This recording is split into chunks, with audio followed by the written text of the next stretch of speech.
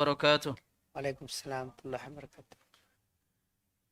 Innal hamdalillah nahmaduhu wa nasta'inuhu wa nastaghfiruh wa na'udzu billahi min shururi anfusina wa min sayyiati a'malina.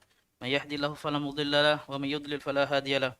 Asyhadu an la ilaha illallah wahdahu la syarika lahu wa asyhadu anna Muhammadan 'abduhu wa rasuluh. Allahumma shalli wa sallim wa barik ala Muhammadin wa ala alihi wa sahbihi wa man tabi'ahum bi ihsanin ila yaumil qiyamah. Amma ba'd. Kaum muslimin dan muslimat dimanapun Anda berada, kembali lagi kita bertemu di acara Takjil, yaitu tanya jawab Islam. Sekarang kita berada di malam ke-10, Ustaz ya. Alhamdulillah. Alhamdulillah sudah di malam ke-10 dan insyaallah kita akan memasuki 10 malam kedua insyaallah. Jadi semoga Allah Subhanahu wa taala senantiasa memberikan kita kekuatan, kesehatan, kesempatan untuk senantiasa melaksanakan dan menjalankan ibadah puasa ini dengan sebaik mungkin. Kemudian salawat serta salam selalu kita haturkan kepada Nabi kita Muhammad sallallahu alaihi wasallam beserta para sahabat dan keluarganya dan juga orang-orang yang senantiasa mengikuti contoh beliau hingga hari kiamat.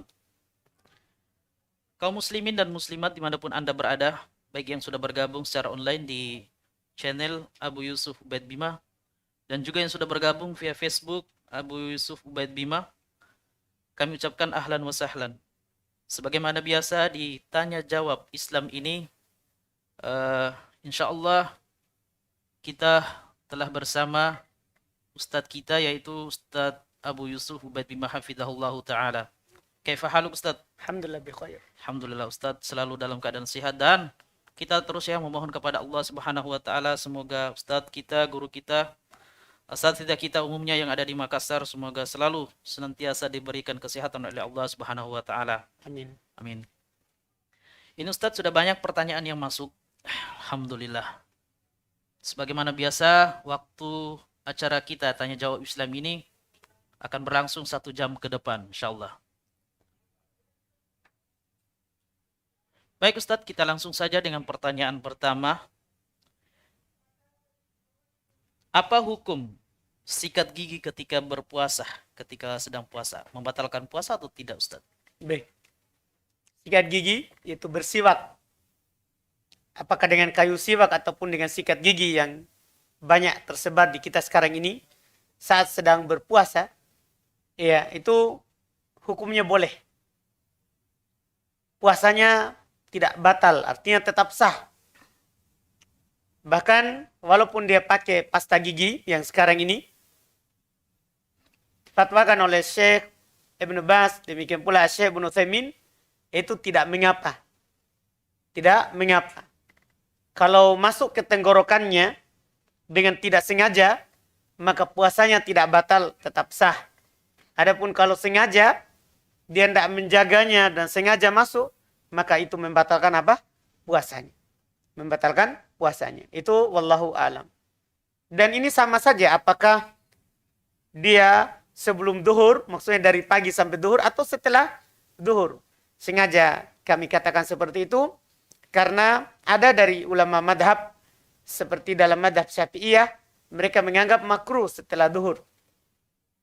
Ya, cuman dalil yang dipakai adalah hadits yang dhaif, sehingga tidak bisa menegakkan dan menguatkan apa yang mereka katakan. Yang benarnya semuanya adalah dibolehkan, apakah sebelum duhur ataupun setelah duhur. Setelah duhur. Ada juga yang mengatakan, ya kalau setelah duhur tidak dibolehkan karena alasannya bau mulut orang yang berpuasa itu lebih dicintai oleh Allah daripada baunya misik. Kalau begitu kata mereka tidak boleh bersihkan.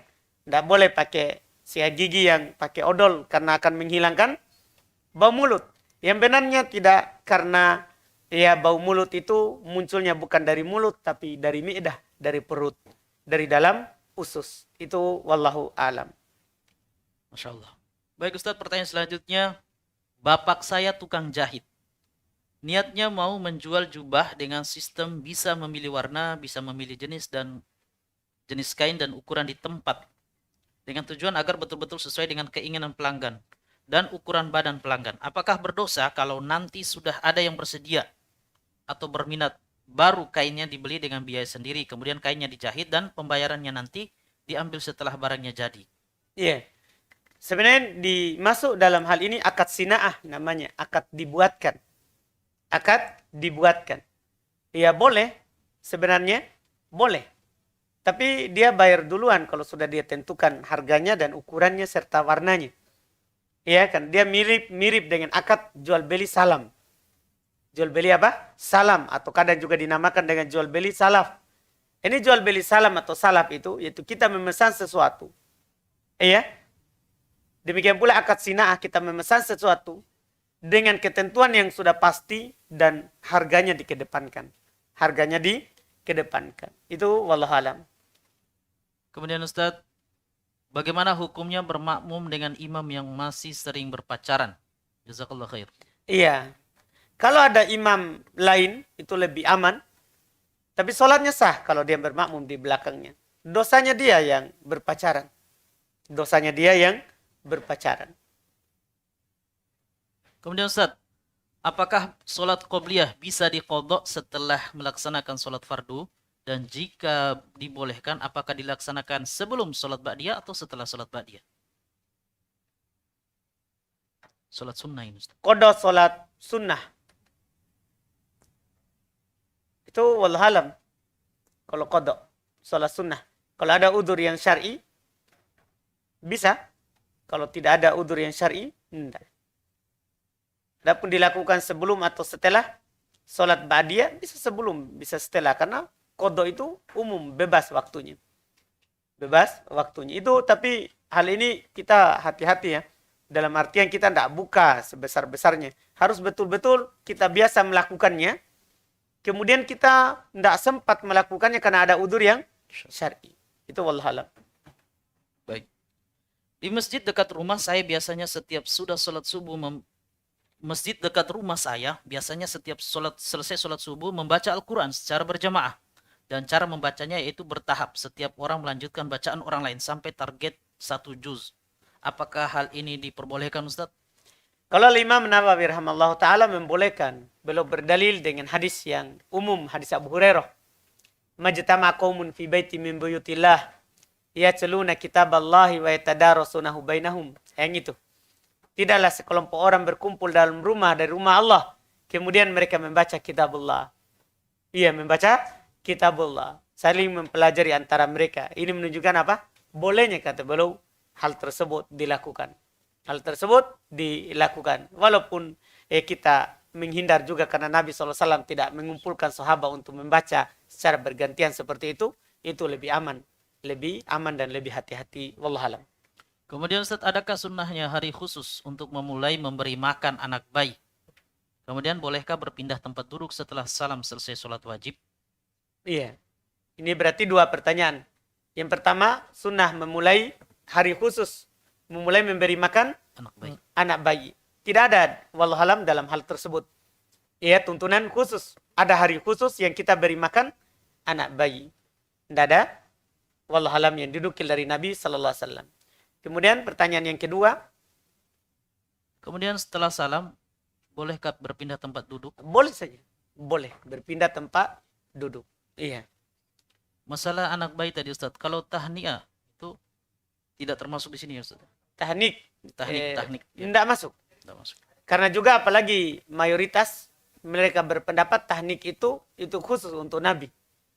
Tidak berlaku untuk selain Nabi. Karena para sahabat tidak melakukan tahnik setelah Nabi SAW. Iya. Kenapa para sahabat melakukan saat Nabi? Karena apa yang ada pada Nabi itu berkah saat hidup. Termasuk air liur Nabi SAW. Maka mereka menjadikan kalau ada anaknya lahir, yang pertama sekali yang masuk di anaknya adalah hasil kunyahnya Nabi SAW. Dan para ulama menyatakan itu kekhususan Nabi. Apa dalilnya kalau itu kekhususan Nabi? Buktinya setelah Nabi, tidak ada yang bawa ke Abu Bakar untuk ditahnik. Tidak ada yang bawa ke Umar untuk ditahnik. Tidak ada yang bawa ke Utsman untuk ditahnik. Tidak ada yang bawa ke Ali untuk ditahnik. Ini menunjukkan kekhususan Nabi. Dan itu pendapat yang kuatnya insya Allah dengan alasan yang kami sebutkan tadi. Bahwa tahnik itu adalah kekhususan Nabi kita Muhammad SAW.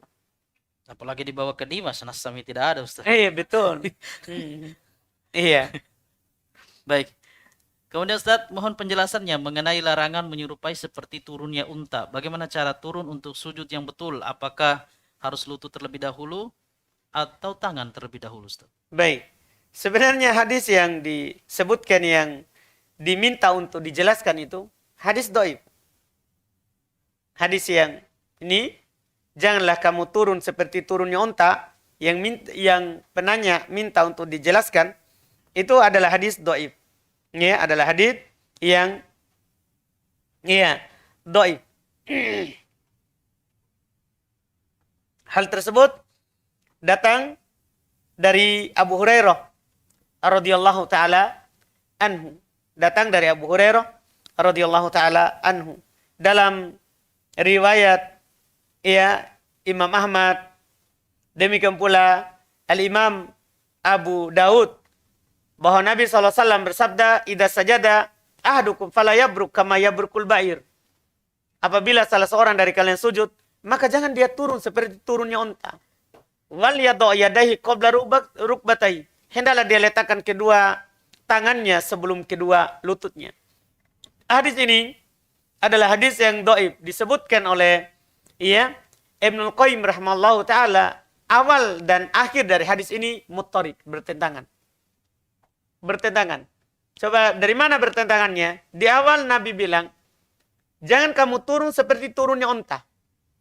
Tapi hendaklah meletakkan kedua tangannya sebelum kedua lututnya. Kalau kita melihat cara turunnya unta, itu cara turunnya bagaimana?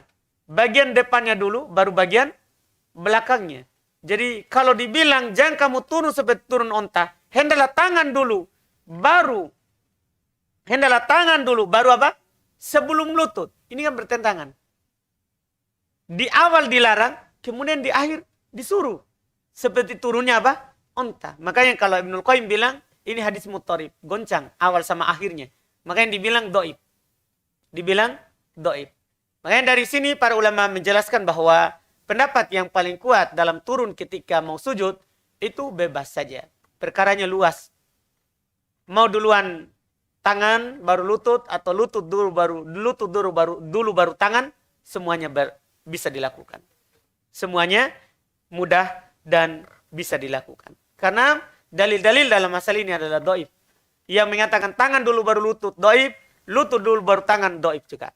Dhaif juga. Itu wallahu a'lam. Kemudian Ustaz, apa hukum sunat bagi anak perempuan, Ustaz? Sunat bagi anak perempuan hukumnya sunnah. Tidak wajib. Itu berbeda dengan laki-laki. Kalau anak laki-laki wajib hukumnya untuk disunat. Anak perempuan hukumnya adalah sunnah. Tidak berdosa kalau dia tidak sunat. Tapi tentunya dia tidak dapat pahala. Tidak dapat pahala. Itu wallahu alam. Pertanyaan titipan Ustaz, boleh tidak menuruti perintah ibu yang melarang menuntut ilmu dan memanjangkan jenggot karena takut anaknya jadi teroris? Iya. Kalau menuntut ilmu, ya kita ikuti orang tua. Kita belajar yang wajib kita pelajari tentang makna syahadat. Bagaimana kita sholat yang baik. Ya maksudnya untuk pesantren Untuk pesantren kan kita ikut orang tua. Adapun memanjangkan jenggot, tidak. Kita jelaskan dulu kepada orang tua bahwa tidak semua yang berjenggot itu teroris. Itu kambing berjenggot. Bukan teroris. Iya. Betul nggak Dimas? Betul. Kemudian Ustadz, jika apa hukum jual akun game? Jika haram, bagaimana status uang yang terlanjur didapat dari jual beli akun game? Iya. Game itu kan melalaikan. Kalau kita menjualnya, arahnya kan tidak bisa kepada kebaikan. Beda kalau dibilang akun Facebook, akun YouTube, kan lain. Karena bisa orang arahkan kepada kebaikan, bisa juga kepada apa? Keburukan, begitu. Kalau akun game, apakah ada kebaikannya? Kalau game, yang ada itu game itu melalaikan. Tidak boleh kita menjualnya. Karena akan menjadi sebab orang apa? Lalai. Sekarang sudah terlanjur dijual. Gimana uangnya? Kasih orang miskin. Uangnya kasih orang miskin. Itu kan uang syubhat. Ya, paling sedikitnya. Kita kasih orang miskin atau arahkan ke penggunaan atau pemanfaatan umum. Wallahualam. Kemudian apakah boleh sholat tarawih dua rakaat atau 4 rakaat? Dan berapa jumlah rakaat tarawih yang paling sedikit dilakukan Rasulullah SAW? Baik, Masya Allah. Pertama, sholat tarawih itu boleh dua-dua, boleh empat-empat. Semuanya sah dari Nabi SAW.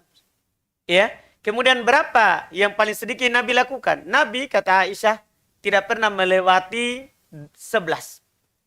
Dalam hadis yang lain juga Nabi pernah melakukan 13. Dari sini para ulama mengatakan bahwa Nabi SAW sholat itu dalam sholat tarawih di Ramadan, demikian pula sholat malam selain Ramadan. Beliau tidak pernah lebih dari 13. Beliau tidak pernah lebih dari 13. Itu wallahualam. Pertanyaan lanjutan yang kemarin Ustadz, pertanyaannya belum dijawab. Ya karena tidak ada pertanyaannya. Baik, Ini, bismillah.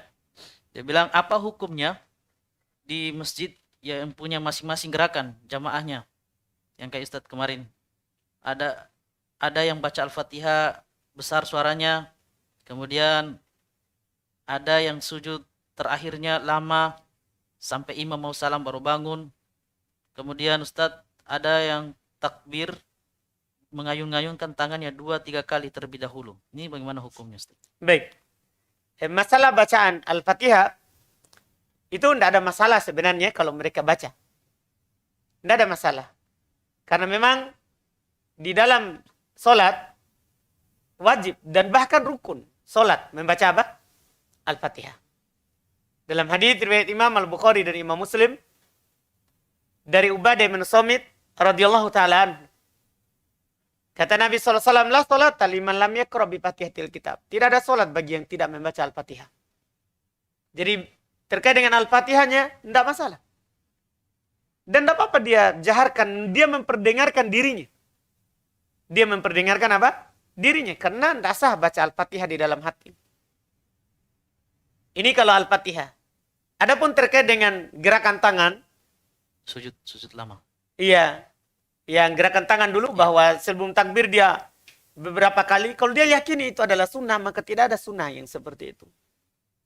Nabi SAW kalau mengangkat tangan, tidak dinukil, belum mengulang, mengayung-ayungkan berapa kali. Iya. Beliau cuma dinukil bahwa beliau kalau angkat tangan maka sejajar dengan bahu atau sejajar dengan daun telinga. Ada dalam hadis Bukhari, ada dalam hadis Muslim. Ya, hal tersebut. Tidak ada yang diayung-ayungkan dulu baru ini. Iya. Paling sedikitnya Nabi SAW bahkan diterangkan dalam hadis riwayat Imam Abu Daud. Bahwa Nabi angkat tangannya dia madda yadai. Menghamparkan tangannya ke atas. Cuman begitu penukilannya. Tidak ada dibilang diulang-ulang dulu. Iya, diayung-ayungkan dulu. Tidak ada. Kalau dia lakukan itu dengan keyakinan itu adalah sunnah, maka bisa jadi bid'ah. Bisa jadi bid'ah. Itu angkat tangannya. Kemudian sujud lama. Imam sudah bangkit. Dia masih sujud berdoa. Maka itu termasuk kesalahan di dalam sholat.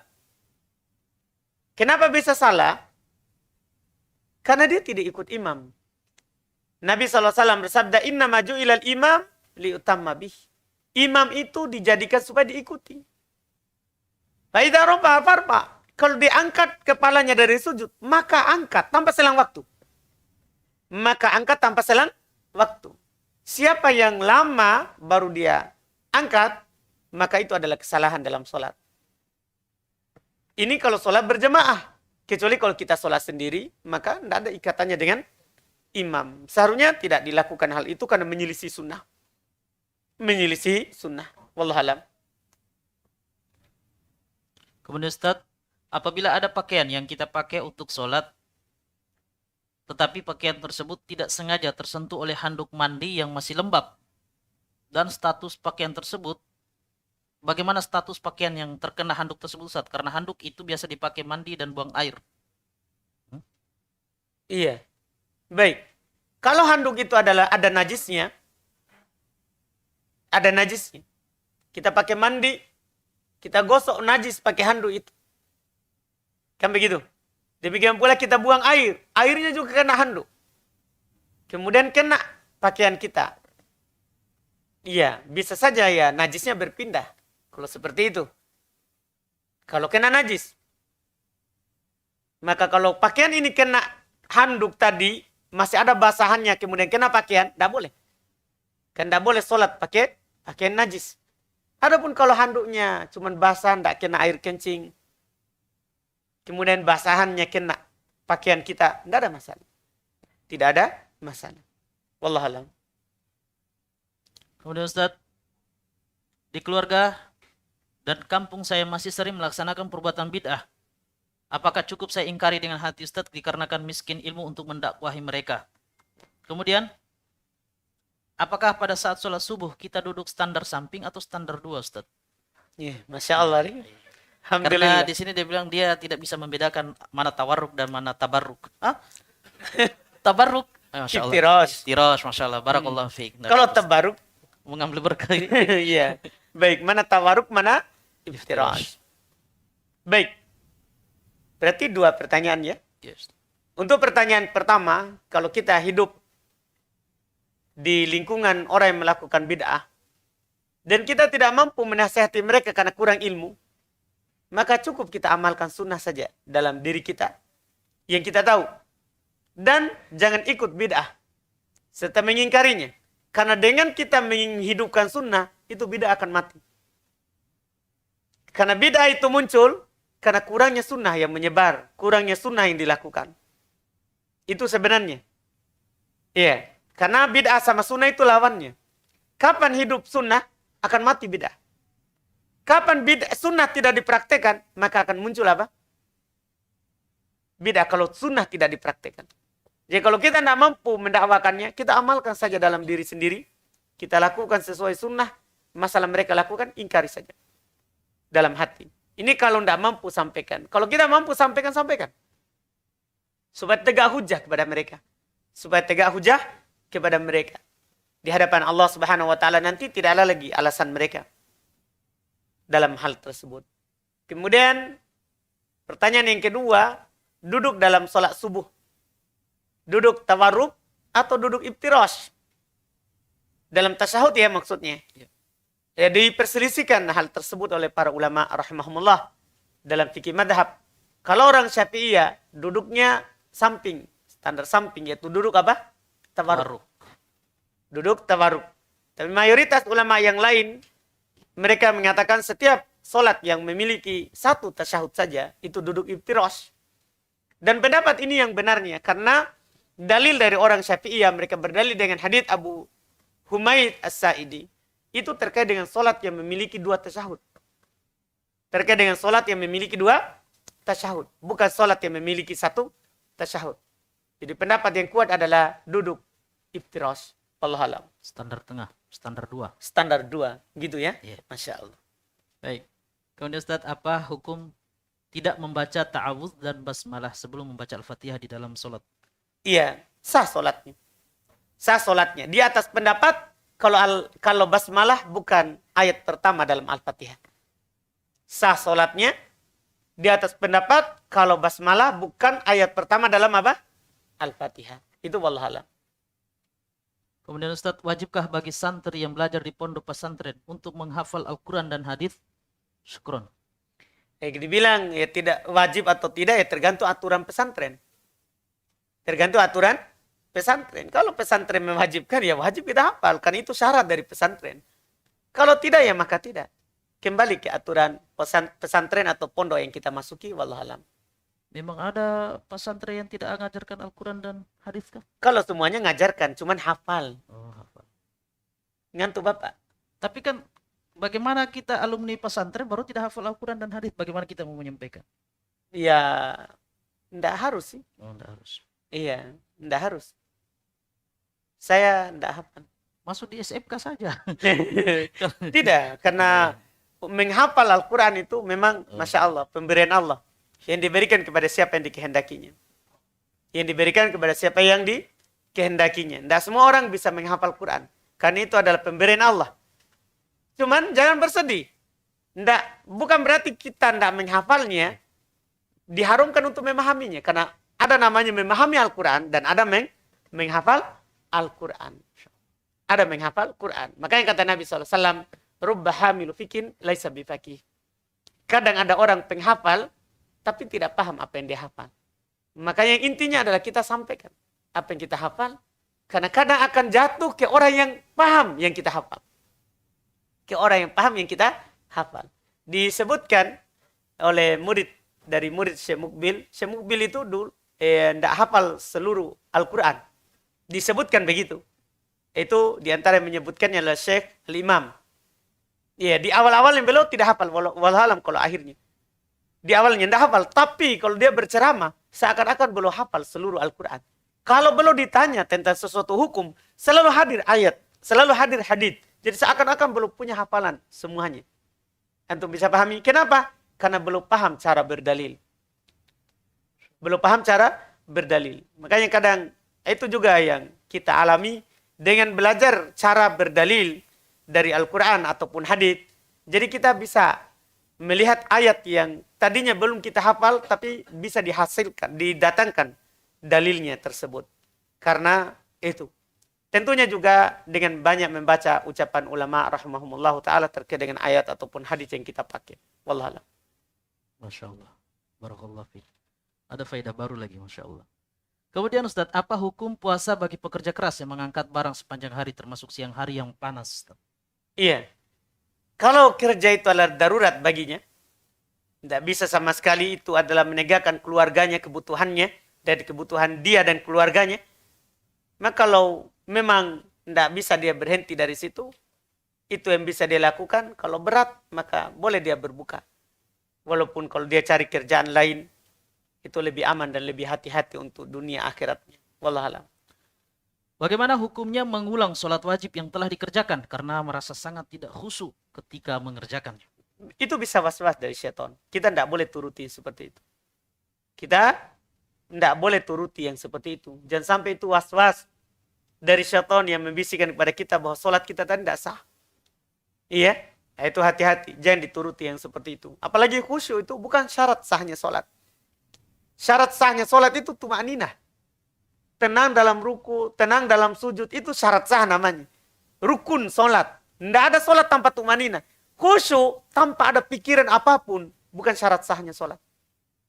Itu bukan syarat sahnya sholat. Karena susah. Orang untuk tidak berpikir apa-apa. Masalahnya kalau muadzin sudah qomat, selesai, syaitan datang. Mengingatkan kita, ingat inimu, ingat ini itumu. Ingat oh, kamu belum nikah. Nanti bagaimana kalau kamu menikah?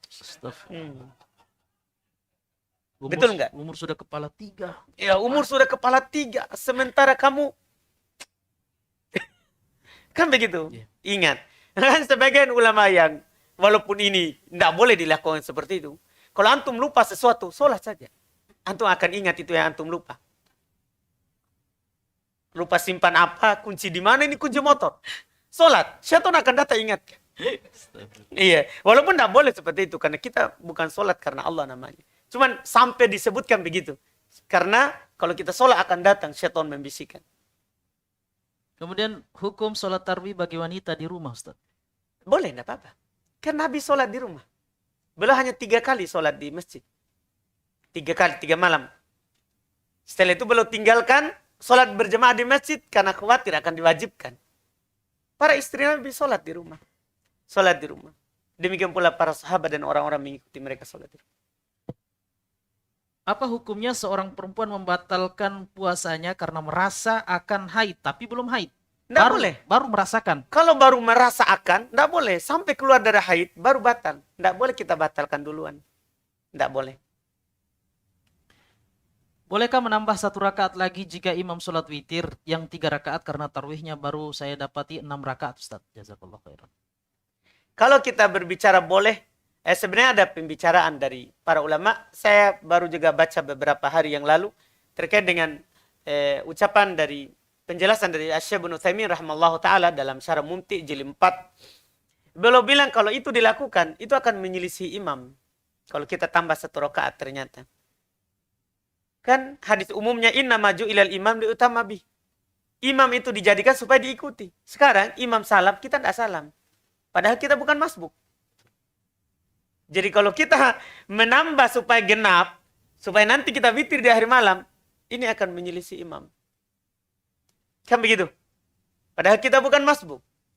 Yaitu arah atau sisi penjelasan. Sebenarnya kita yang paling selamat itu ikut imam. Terkait dengan kurang rokaat kita, belum sampai 11, kan tidak apa-apa setelahnya genap-genap. Kan tidak ada masalah. Kalau setelahnya apa? Genap-genap sholatnya. Tidak ada masalah. Bagaimana hukum mencium parfum saat berpuasa? Kemudian, apa boleh menggabungkan niat sholat tarawih dengan sholat tahajud? Karena saya melaksanakan sholat tarawih di sepertiga malam. Baik. Jazakallah khair. Masya Allah. Hukum pertama, jadi ada 2 pertanyaan. Hukum cium parfum. Tidak ada masalah. Kan parfum bukan makan dan minum kan? Iya. Tidak ada masalah mencium parfum. Tidak membatalkan puasa. Kecuali kalau kita cium jadi kenyang. Iya. Lain cerita. Iya. Kemudian, karena dia tidak semakna dengan makan atau minum. Tidak semakna dengan makan atau minum. Untuk pertanyaan yang kedua, bolehkah menggabungkan sholat tarawih dengan sholat tahajud? Tahajud itu tarawih kalau kita akhirkan. Dan kita istirahat setiap 2 rakaat. Itu namanya tarawih. Paham kan? Sekaligus dinamakan juga tahajud. Karena kita sholat setelah bangun dari tidur. Bangun dari tidur. Jadi tidak ada bedanya sebenarnya sholat malam dengan sholat tahajud dengan sholat tarawih kalau kita akhirkan. Wallahualam. Kemudian, Akhi Lukman. Yang mana Akhi Lukman ini? Tolong tanyakan ke Ustadz. Mana yang lebih afdol? Pakai N, Pak. Dalam sholat malam. Membaca dari hafalan yang sedikit atau membaca dari mushaf? Masya Allah. Iya. Mana yang lebih membuat kita khusyuk saja? Iya. Kalau membaca dari hafalan membuat kita konsentrasi, memikirkan sholat, sibuk dengan perkara sholat, maka itu lebih utama. Itu lebih utama. Itu wallahualam. Tapi kalau sama saja, maka boleh membaca dari mushaf kalau sholat sunnah. Boleh membaca dari mushaf kalau sholat sunnah. Sholat malam, sholat tarawih, boleh membaca dari mushaf. Ini ada pertanyaan yang sama juga. Terkait dengan menambah rakaat yang imam salam baru kita naik. Iya, sama tadi. Ya, sudah dijelaskan tadi. Apakah ketika sholat tarawih boleh mengulang membaca surat-surat itu saja di setiap rakaat? Boleh. Boleh, Masya Allah. Masuk dalam keumuman ayat. Faqra'u ma tayassaru minal Qur'an. Baca apa yang mudah dari Al-Quran. Baca apa yang mudah dari Al-Quran. Apa yang mampu kita baca? Baca tidak apa-apa, kita berulang-ulang terus. Iya, bacaan itu. Wallahualam. Mohon nasihatnya Ustadz.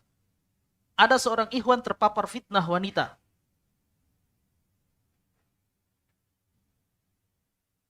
Terus? Dan mohon Ustadz didoakan agar Allah memberikan dia kebaikan dan istiqomah. Semoga Allah memberikan dia kebaikan dan istiqomah. Amin. Ustadz doakan dulu. Kan tinggal diamin kan. Iya. Dia sudah bilang semoga. Iya, Masya Allah. Jadi semoga dia diberikan kebaikan dan istiqomah serta hidayah dari Allah Subhanahu wa taala. Untuk nasihatnya yang terfitnah terhadap seorang perempuan, seorang fitnah wanita, menikah kalau mampu. Menikah kalau mampu. Kata Nabi SAW, ya ma'asyarus syabab, man istata'a minkumul ba'ah, fal yatazawwaj. Wahai sekalian anak muda, kalau kalian mampu untuk menikah, tenaga mampu, dompet juga mampu begitu. Mampu untuk menikah, maka hendaklah dia menikah. Itu jalan pertama kalau kita sudah seperti itu. Yang kedua, kalau tidak mampu, puasa. Dan itu akan menundukkan pandangan. Juga akan melemahkan syahwat. Berpuasa.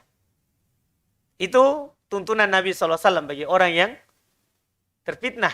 Tapi tidak mampu menikah. Tidak mampu menikah. Tapi hal yang pertama itu dilakukan. Yang pertama, menikah kalau mampu.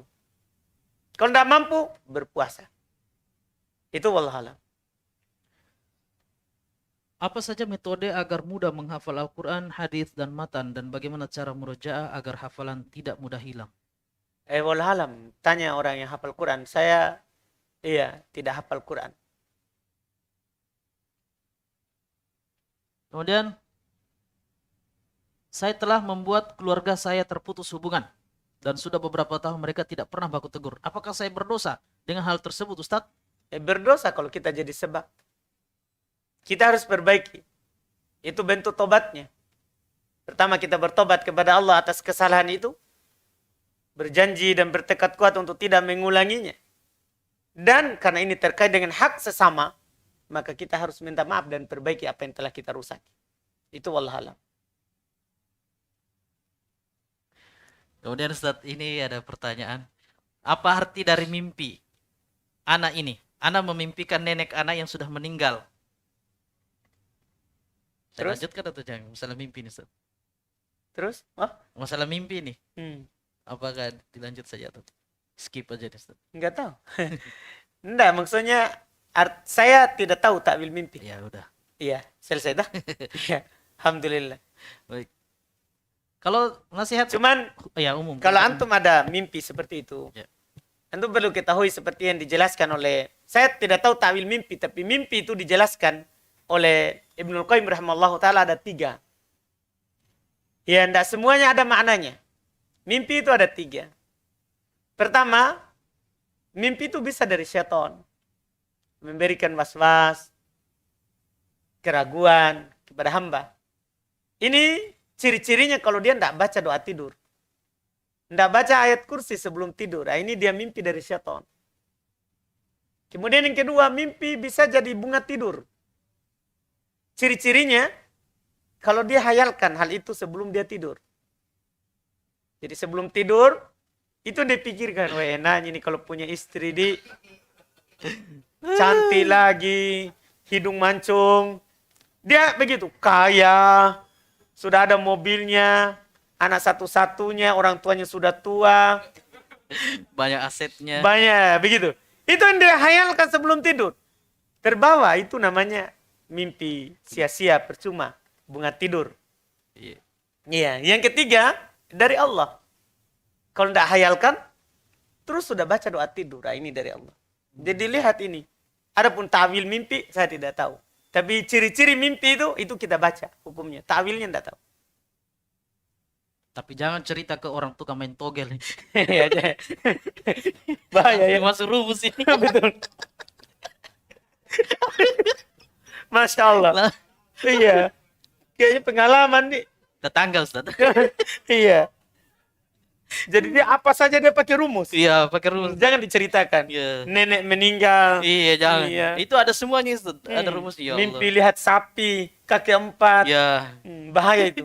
bahaya. Baik. Kemudian Ustaz, kami diajak teman buka puasa di rumahnya. Ternyata setelah kami berbuka dan sholat maghrib, baru kami tahu bahwa teman kami adakan buka puasa sekaligus dirangkaikan dengan 100 hari meninggal keluarganya. Dan setelah kami tahu, kami berusaha untuk memuntahkan makanan, tapi tidak bisa Ustaz. Apakah kami berdosa dengan hal tersebut? Iya. Tidak berdosa kalau kita tidak tahu. Kita tidak berdosa kalau kita tidak tahu. Iya. Kocik lagi sampai dalam. Siapa keluar itu. Iya. Seperti yang dilakukan oleh Abu Bakar. Iya. Kalau koci apa koci itu? Nanti orang tidak mengerti. Apa? Apa koci Dimas? Apa koci itu? Hah? Memasukkan jari ke tenggorokan. Mengorek gitu. Baiklah. Iya, itu maksudnya. Sampai muntah. Jadi kalau kita berusaha saja tanpa dimasukkan jari ke tenggorokan, biasanya susah untuk muntah. Iya. Seperti yang dilakukan oleh Abu Bakar. Ketika beliau tahu itu adalah makanan yang haram, belum masukkan jarinya di tenggorokannya sampai belum muntahkan. Dalam hadis Aisyah. Dalam riwayat Bukhari. Baik, kita 2 pertanyaan lagi Ustaz. Baik. Apa hukumnya membayar zakat fitrah bukan pakai beras namun pakai uang tunai, dan apakah bisa saya kasih uang tunai ke amil zakat, nanti dia yang belikan berasnya? Baik. Pada pembahasan fikih, apakah sah membayar zakat dengan uang? Itu kebanyakan ulama berkata tidak sah. Tidak sah. Dan tidak ada yang menyatakan sah kecuali dalam pendapat Abu Hanifah. Dan pendapat beliau itu tidak kuat. Karena memang terkait dengan zakat fitri, itu Nabi SAW sebutkan ilahnya, tu'matan lil masakin. Itu makanan untuk orang miskin. Jadi yang dibayarkan adalah apa? Dari makan pokok. Dari makanan pokok. Tidak sah dari uang.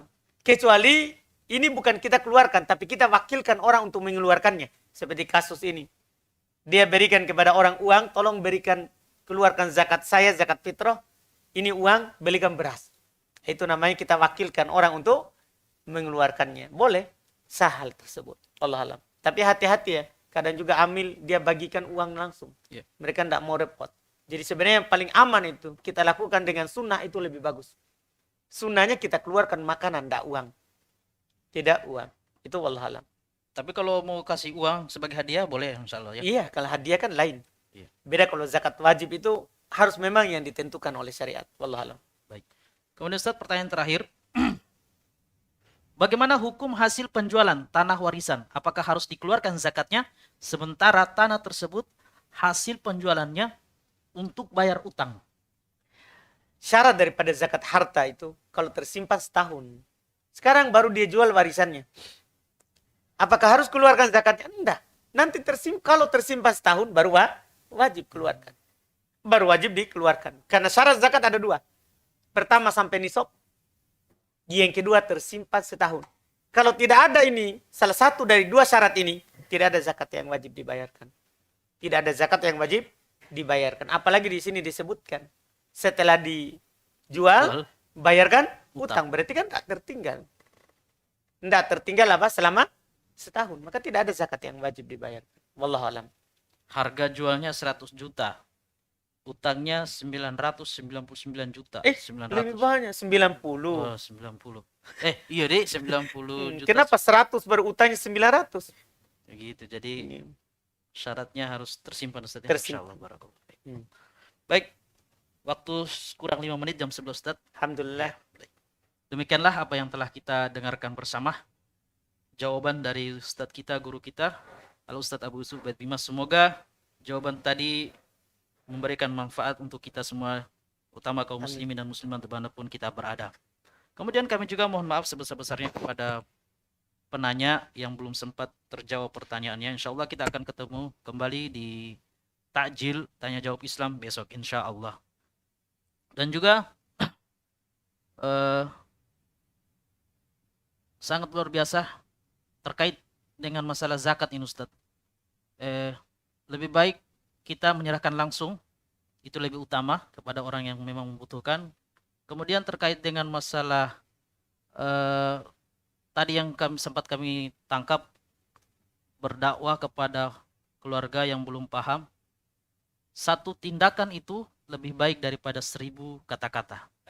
Ya, jadi ini malam kesimpulan Masya Allah yang bisa kita petik. Iya, ini pengalaman saya pribadi. Iya, alhamdulillah. Ya, baik.